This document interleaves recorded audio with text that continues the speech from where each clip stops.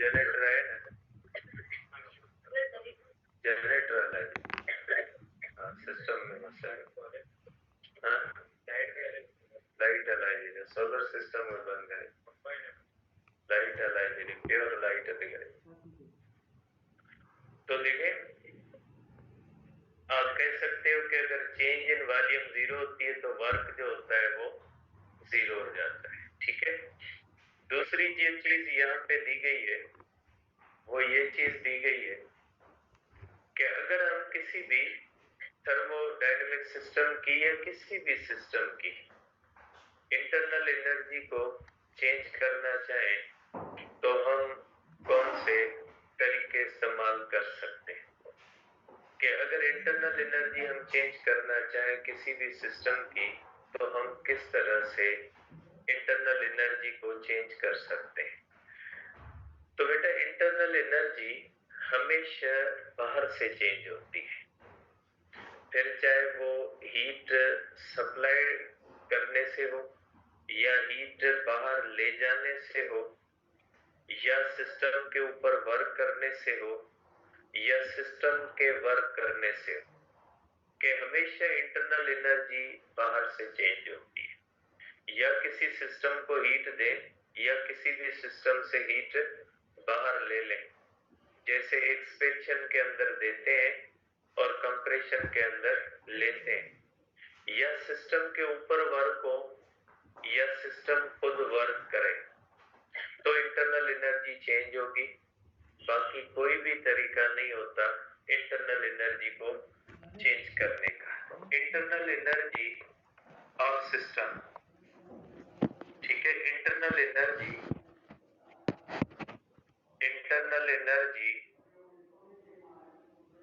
Of system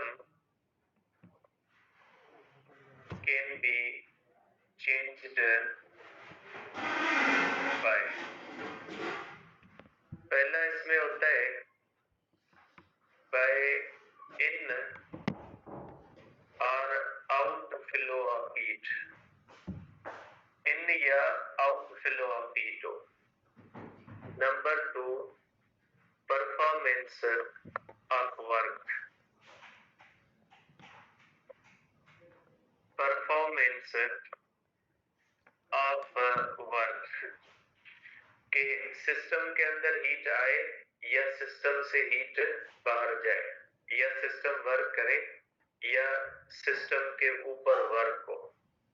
इसका मतलब ये हुआ कि हमेशा बाहर से जो एक्सटर्नल फैक्टर्स होते हैं ना, वही इंटरनल एनर्जी को चेंज कर सकते हैं, कम भी कर सकते हैं और बढ़ा भी सकते हैं।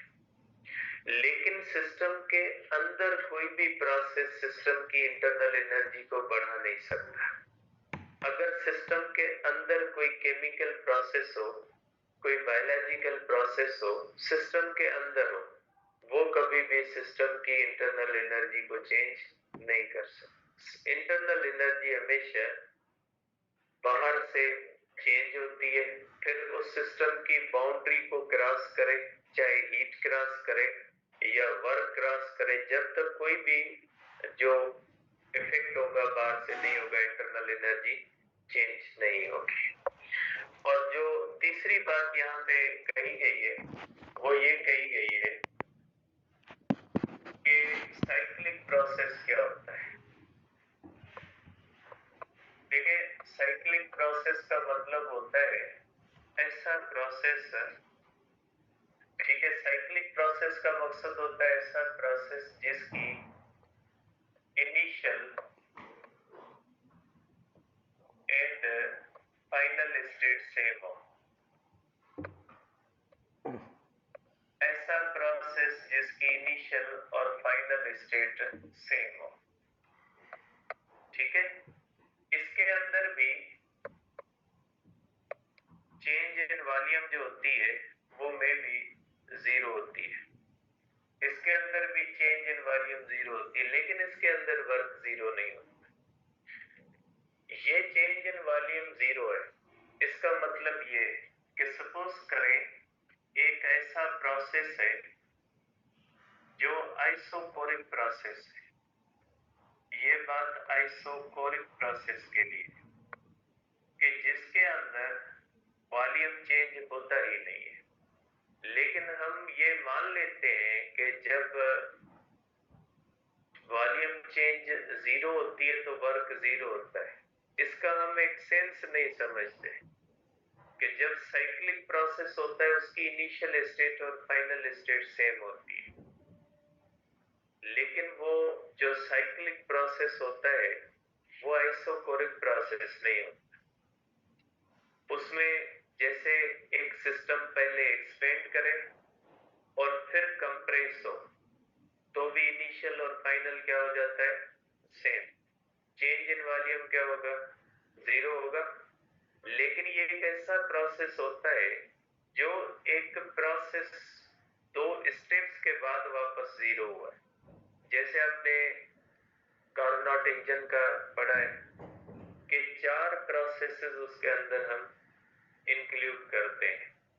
आइसो जो है वो थर्मल एक्सपेंशन होती है, एडियाबैटिक एक्सपेंशन होती है, आइसोथर्मल कंप्रेशन होती है, एडियाबैटिक कंप्रेशन होती है, और इन 4 प्रोसेसेस में गुजरने के बाद ये वापस इनिशियल और फाइनल वॉल्यूम जो होता है वो सेम होता है। उसके अंदर भी चेंज इन वॉल्यूम अगर इनिशियल और फाइनल के हिसाब से सेम देखें तो चेंज इन वॉल्यूम जीरो होती है, लेकिन उसमें वर्क जीरो नहीं होता। तो ध्यान में रखिएगा कि चेंज इन वॉल्यूम जीरो हो तो उसका सेंस क्या बनता है कि किस सेंस के अंदर चेंज इन वॉल्यूम जो होती है वो जीरो होती है। साइक्लिक प्रोसेस के अंदर अगर चेंज इन वॉल्यूम जीरो है तो उसका मतलब अलग होता है। लेकिन अगर किसी सिंगल प्रोसेस के अंदर, जैसे आइसोकोरिक प्रोसेस है, सिंगल प्रोसेस के अंदर अगर चेंज इन वॉल्यूम जीरो है तो उसका मतलब या मकसद अलग होता है। ठीक है, तो साइक्लिक प्रोसेस जो होता है, आप इसके बारे में ये भी कह सकते हैं कि process which starts and ends which starts and ends at same state, जो स्टार्ट और एंड सेम स्टेट पे हो। इसका जो ग्राफ बनता है साइक्लिक प्रोसेस का वो इस तरह से बनता है। सपोज करें एक साइक्लिक प्रोसेस है जो मुख्तलिफ प्रोसेसेस से गुजर के, जैसे ये इस तरह से होता है कि अगर ये इस तरह से एक प्रोसेस है जो पहले एक्सपेंशन करता है उसके बाद फिर कंप्रेशन करता है इस तरह से, और इसकी इनिशियल और फाइनल स्टेट क्या हो जाती है, सेम। तो इसकी जो ग्राफिकल रिप्रेजेंटेशन होती है वो इस तरह से होती है। इसका जो ग्राफ बनता है वो इस तरह से बनता है। इसका ग्राफ एक क्लोज्ड कर्व बनेगा, इसको लूप कहते हैं, इसको क्लोज्ड कर्व कहते हैं। इसका ग्राफ ऐसे बनेगा, ये प्रेशर और वॉल्यूम इस तरह भी बन सकता है, इस तरह भी बन सकता है।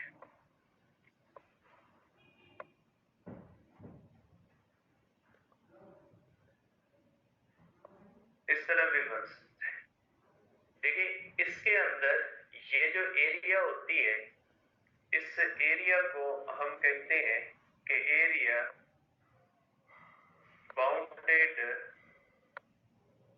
Bye curve. इसको हम कहते हैं एरिया बाउंडेड बाय कर्व। और ये एरिया बाउंडेड बाय कर्व जो होती है ये वर्क के बराबर होती है। अगर किसी भी ग्राफ के अंदर आपको दो ग्राफ दिए जाए, एक बड़ा दिया जाए और एक छोटा दिया जाए, और आपको कहा जाए किसमें वर्क ज्यादा हुआ, तो जिसके अंदर एरिया बाउंडेड बाय कर्व।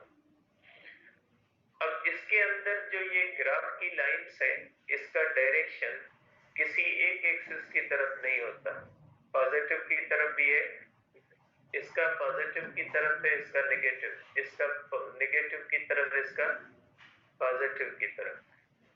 तो दो लाइनों का पॉजिटिव की तरफ है और दो लाइनों का नेगेटिव की तरफ है।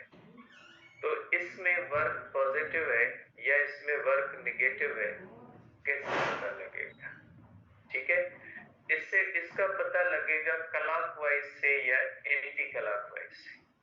अगर क्लॉकवाइज कर्व है तो आप कहोगे कि क्लॉकवाइज है तो पॉजिटिव वर्क, तो हमें आउटपुट पॉजिटिव वर्क मिला है। अगर नेगेटिव है, एंटी क्लॉकवाइज है, एंटी क्लॉकवाइज है तो नेगेटिव वर्क होता है। ठीक है, क्लॉकवाइज होता है तो पॉजिटिव वर्क होता है, और एंटी क्लॉकवाइज होता है तो फिर कौन सा होता है? नेगेटिव वर्क होता है। ठीक है, तो ये चीजें जो है वो हमारे पास इस छोटे से टॉपिक के अंदर 3-4 चीजें दी गई है। एक चीज ये दी गई है कि अगर चेंज इन वॉल्यूम 0 है तो चेंज इन वॉल्यूम 0 दो तरह से हो सकती है। एक साइक्लिक प्रोसेस के अंदर जिसकी इनिशियल और फाइनल स्टेट सेम हो। तो अगर साइक्लिक प्रोसेस के अंदर इनिशियल और फाइनल स्टेट सेम हो और चेंज इन वॉल्यूम 0 हो तो जरूरी नहीं है वहां पे वर्क 0। वर्क 0 तब होता है जब चेंज इन वॉल्यूम किसी सिंगल प्रोसेस के अंदर, अगर सिंगल प्रोसेस के अंदर चेंज इन वॉल्यूम 0 होती है तो वर्क 0 होता है। अगर साइक्लिक प्रोसेस के अंदर चेंज इन वॉल्यूम 0 होती है तो वर्क 0 नहीं होता। ठीक है, दूसरी बात ये दी गई है कि इंटरनल एनर्जी को चेंज करने के दो ही तरीके हैं। किसी भी थर्मोडायनेमिक सिस्टम की बाउंड्री से अगर हीट का इन या आउट फ्लो होता है तो फिर इंटरनल एनर्जी चेंज होगी। अगर बाउंड्री से हीट का इन या आउट फ्लो नहीं होता या वर्क का इन या आउट नहीं होता तो फिर इंटरनल एनर्जी चेंज नहीं हो सकती। इंटरनल एनर्जी किसी भी ऐसे प्रोसेस से चेंज नहीं हो सकती जो प्रोसेस सिस्टम के अंदर हो रहा। हमेशा बाहर का प्रोसेस इंटरनल एनर्जी चेंज करेगा। और साइक्लिक प्रोसेस का मकसद होता है ऐसा प्रोसेस जो जहां से स्टार्ट हो वहीं पे एंड हो। कभी कभी इस तरह से दिया जाता है। अगर इस तरह से सर्कुलर फॉर्म में दिया जाए तो उसकी एरिया कैसे फाइंड करोगे आप? तो ये एरिया आप सर्किल का फार्मूला इस्तेमाल करोगे। ठीक है, जैसे ये कार्नोट इंजन है, ये भी एक साइक्लिक प्रोसेस होता है इस तरह से। ठीक है, तो ये भी एक साइक्लिक प्रोसेस है, आप देख सकते हैं इसका भी क्लॉकवाइज है, क्योंकि ये हमें आउटपुट में जो होता है वो पॉजिटिव वर्क देता है। तो ये भी जो होता है ये कौन सा है? क्लॉकवाइज जो है वो एक कर्व बनता है। ठीक है, अब आ जाते हैं जो हमारा नेक्स्ट टॉपिक है वो होता है application of first law of thermodynamics. Application of first law of thermodynamics.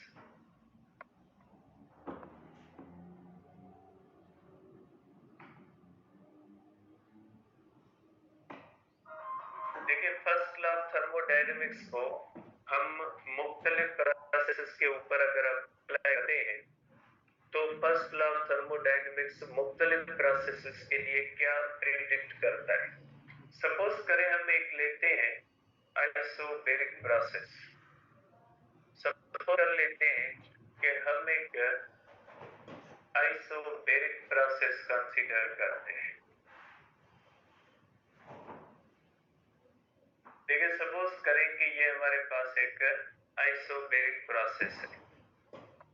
Isobaric process बार बार मैं ये डिस्कस करता आया हूं 2-3 दिनों के अंदर कि process which takes place at constant pressure।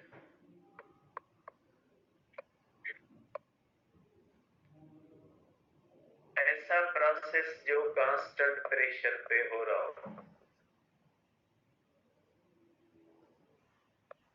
ऐसा प्रोसेस जो कांस्टेंट प्रेशर पे हो रहा हो, तो ऐसे प्रोसेस को हम कहते हैं कि ये जो प्रोसेस होता है, ये प्रोसेस होता है आइसोबैरिक प्रोसेस।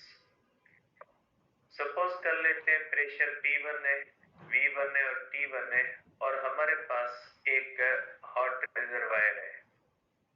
हॉट रिजर्वायर का मकसद है वो बॉडी जो हीट देती है। सपोज करें हमने इसको हीट दी और हीट देने वाले ऑब्जेक्ट को हम कहते हैं हॉट रिजर्वायर। और हॉट रिजर्वायर का टेम्परेचर जो होता है वो सराउंडिंग के टेम्परेचर से ज्यादा होना चाहिए, क्योंकि उसको हीट देनी होती है। अगर हॉट रिजर्वायर का टेम्परेचर सराउंडिंग के टेम्परेचर के बराबर होगा या उससे कम होगा तो वो हीट प्रोवाइड नहीं कर सकता, क्योंकि हीट का स्पॉन्टेनियस जो फ्लो होता है वो होता है from hot body to the cold body due to the difference of temperature. ठीक है, तो आप कहेंगे कि ये हॉट रिजर्वायर है, यहां से हमने हीट दी और ये थर्मोडायनेमिक सिस्टम कहां पे चला,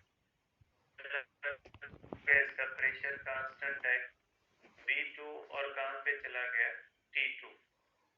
अब इसके अंदर ये चेंज इन वॉल्यूम हुई है, तो चेंज इन वॉल्यूम की वजह से इसके अंदर वर्क हुआ है। तो आप कहोगे कि अगर हम इसके ऊपर इस तरह से फर्स्ट लॉ ऑफ थर्मोडायनेमिक्स इस्तेमाल करेंगे तो फर्स्ट लॉ ऑफ थर्मोडायनेमिक्स कहता है कि अगर आप कोई भी ऐसा प्रोसेस जो कांस्टेंट प्रेशर पे करोगे तो उसको जो हीट दोगे वो बराबर हो जाएगी चेंज ऑफ इंटरनल एनर्जी और प्लस किस में चली जाएगी, वर्क में। तो ये हो जाएगा delta Q is equal to delta U plus T delta V. ये आ जाएगी इसकी equation. First law of thermodynamics कहता है इसके अंदर हीट सप्लाइड भी जीरो नहीं होती, इसके अंदर वर्क भी जीरो नहीं होगा और इसके अंदर इंटरनल एनर्जी की चेंज भी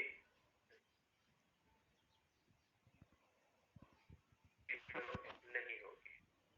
ठीक है, अगर ये अंदर होती है इक्वेशन तो इसका ग्राफ ऐसे बनता है, प्रेशर और वॉल्यूम। अगर ये आइसोबैरिक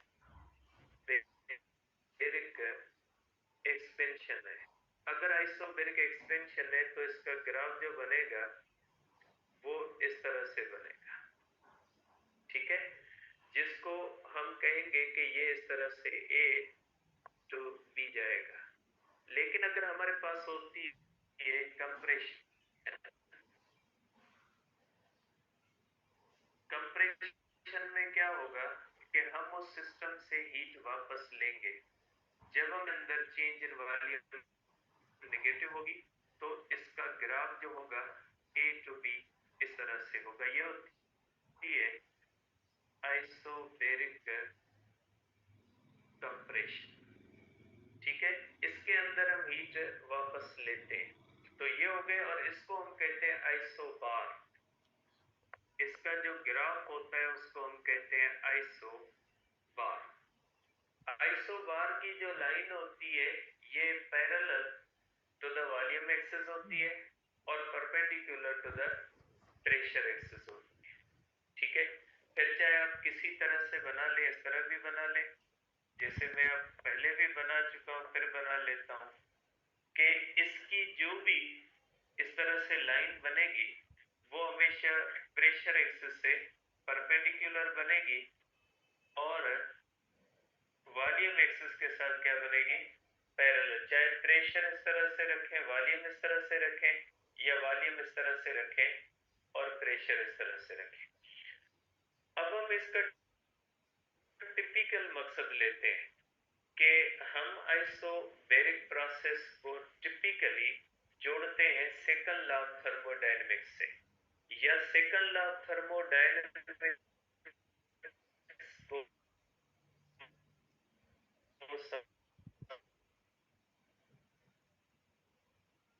समझने के लिए इसकी टिपिकल जो है वो ताल्लुक होता है हीट इंजन बनाने से। जो इंजीनियर इंजन बनाते हैं वो मैकेनिकल इंजीनियर होते हैं और उसी के अंदर आती है थर्मोडायनेमिक्स। ये जो हम सिलेंडर और पिस्टन पढ़ रहे हैं ना, बेसिकली ये एक ऐसी चीज है जो हीट को वर्क में कन्वर्ट करती है, और हीट इंजन भी एक ऐसी चीज होता है जो हीट को वर्क में कन्वर्ट करता है। तो आप कह लें कि ये हम इंजन के बारे में पढ़ रहे हैं। अब अगर हम कोई भी इंजन बनाते हैं जो आइसोबैरिक प्रोसेस पे काम करता है, जैसे हमारे ये जो प्रैक्टिकल इंजन है ना, ये सब के सब आइसोबैरिक प्रोसेस पे काम करते हैं। ये जो हम बाइक से लेकर एरोप्लेन तक ये जो इंजन होते हैं, इन सब के अंदर ये प्रोसेस होता है कि अगर हम उसके इंजन को इस तरह से हीट देते हैं, तो आपको पता है कोई इंजन आइसोबैरिकली काम कर रहा है, तो आइसोबैरिक प्रोसेस कहता है कि जब आप इसको हीट दोगे तो सम अमाउंट किस में चली जाएगी, वर्क में, और सम अमाउंट किस में चली जाएगी, इंटरनल एनर्जी। जब इसकी इंटरनल एनर्जी के अंदर सम अमाउंट जाएगी, इसका मकसद है इसका टेम्परेचर बढ़ना शुरू होगा।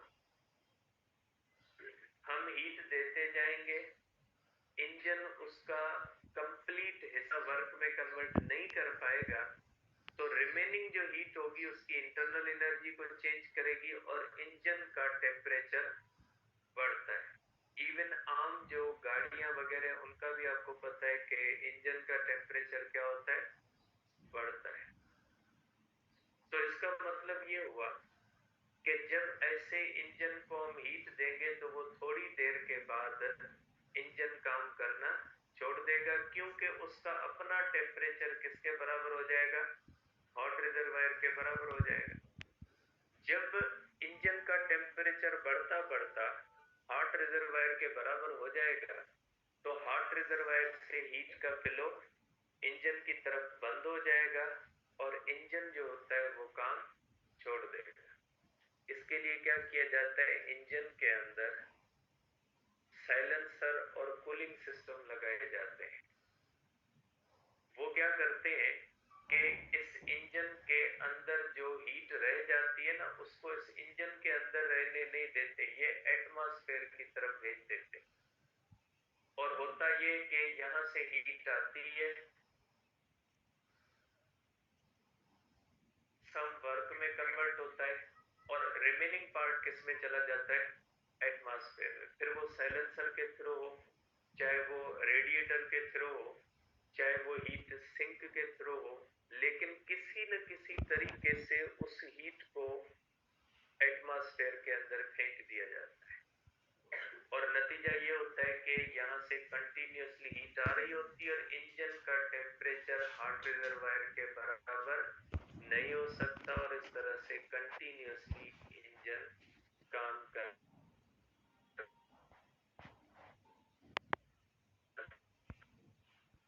रहते हैं। तो यहाँ पे जो चीज सोबेरिक प्रोसेस के मुताबिक अगर हम इंजन बनाने की कोशिश करेंगे, तो उसके लिए हमें दो चीजें चाहिए। इंजन उसका कुछ वर्क में कन्वर्ट करे और रिमेनिंग हिस्सा किस में चला जाए, कोल्ड रिजर्वायर की तरफ। जब तक कोल्ड रिजर्वायर का टेम्परेचर हॉट रिजर्वायर के टेम्परेचर से कम होगा, तब तक हीट आती रहेगी, इंजन वर्क में कन्वर्ट करता रहेगा, रिमेनिंग किस में चली जाएगी, कोल्ड रिजर्वायर। कोल्ड रिजर्वायर कौन सा होता है, कोल्ड रिजर्वायर होता है एटमॉस्फेयर।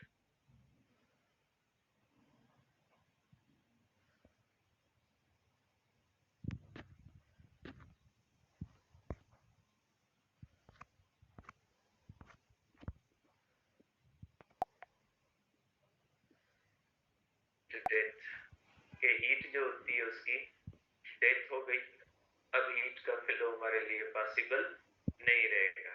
तो यहाँ पे आप कह सकते हो कि according to this process, according to this process,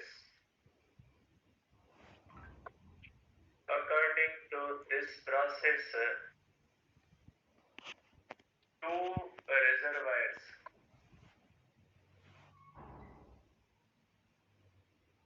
hot reservoir and cold reservoir, at different temperature, क्योंकि ये आगे जो होगा ना बेटा, ये समझने के लिए सेकंड लॉ के लिए जरूरी है।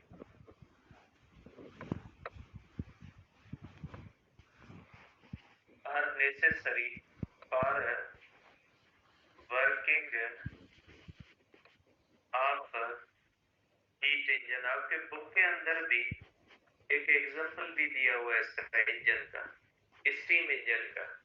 स्टीम इंजन में क्या होता है, फर्क ये होता है कि यहाँ पे वाटर होता है, यहाँ से हीट आती है, वाटर गर्म होता है, स्टीम का प्रेशर बनता है, प्रेशर से पिस्टन मूव करता है, वर्क होता है, रिमेनिंग स्टीम जो होती है वो चली जाती है एटमॉस्फेयर के अंदर। सेम है, सिर्फ स्टीम इंजन के अंदर वर्किंग सब्सटेंस जो होता है वो वाटर होता है, स्टीम होती है, जबकि आम इंजन के अंदर जो वर्किंग सब्सटेंस होता है वो डीजल या पेट्रोल होता है, वो बर्न होता है, उससे गैस पैदा होती है, और वो गैस जो होती है वो वर्किंग सब्सटेंस वाला काम करती है। आप इसको डायग्राम के अंदर इस तरह से देख सकते हैं कि इंजन के लिए जरूरी है एक हॉट रिजर्वायर है, यहाँ से हीट आती है, यहाँ पे एक इंजन है, आप कह ले ये इंजन है, ठीक है, और ये एक कोल्ड रिजर्वायर है। इसका टेम्परेचर T1 है, इसका टेम्परेचर T2 है, और यहाँ पे इंजन आपको वर्क देता रहेगा।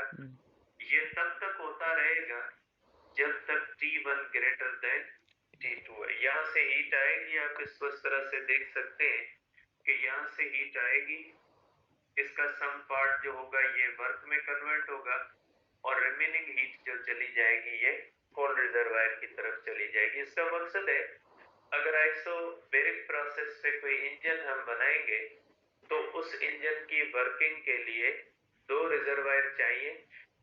बुनियादी पॉइंट ये होती है क्योंकि इसमें 100% हीट जो होती है वो वर्क में नहीं जाती, सम पार्ट जो हीट का होता है वो रह जाता है, तो जो रहने वाला होता है उसको इंजन से बाहर निकालना जरूरी है, क्योंकि अगर वो जो पार्ट ऑफ हीट वर्क में कन्वर्ट नहीं हुआ वो इंजन के अंदर अगर रहेगा तो इंजन का टेम्परेचर बढ़ जाएगा, फिर वो हॉट रिजर्वायर से हीट नहीं ले पाएगा। इसलिए इंजन के टेम्परेचर को हॉट रिजर्वायर के टेम्परेचर से कम करने के लिए जरूरी है कि वो हीट का हिस्सा जो वर्क में कन्वर्ट नहीं होता उसको हम किसी ऐसे रिजर्वायर के अंदर भेज दें जिसका टेम्परेचर हॉट रिजर्वायर के टेम्परेचर, कॉमनली हमारे पास जो कोल्ड रिजर्वायर होता है वो हमारा एटमॉस्फेयर होता है, और ये जो होता है वो रिमेनिंग हीट लेता रहता है। इंशाल्लाह कल जो है वो नेक्स्ट प्रोसेस डिस्कस करेंगे।